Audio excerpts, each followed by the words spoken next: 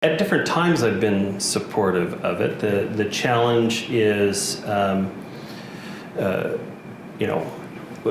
it's been studied. So 1907, the two municipalities separate. The city decides it wants to build sidewalks and street lightings and becomes a separate municipality, largely along the ownership lines of the Haywood-Lonsdale Bank. And so it becomes this separate municipality for investment purposes. They were tired of spending money on the extension of Keith Road all the way from Horseshoe Bay to Deep Cove when they wanted to spend their taxes on improving the local central area.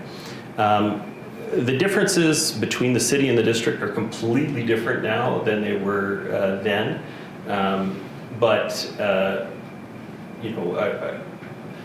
Our biggest issues facing our communities would be the same whether we were one municipality or whether we were two. The area that I'm hopeful that we can have better coordination between our municipalities specifically is in planning, making sure that construction projects that are underway in the district are coordinated well with construction projects in the city. We already integrate our recreation services. I think we could probably better integrate our library services, although we already have the ability, if you take a book out of one, you can return it to another, no problem. We have relatively barrier-free fire and rescue services. So our fire departments coordinate through what's called the Move Up module, which means that if you're in the district, a city truck may respond first if you have a fire or a medical emergency. And if you're in the city, you may have a district truck that shows up first. And so that kind of level of barrier-free, make it so that the residents of our community see barrier-free access to all of our services. I think that's our first priority.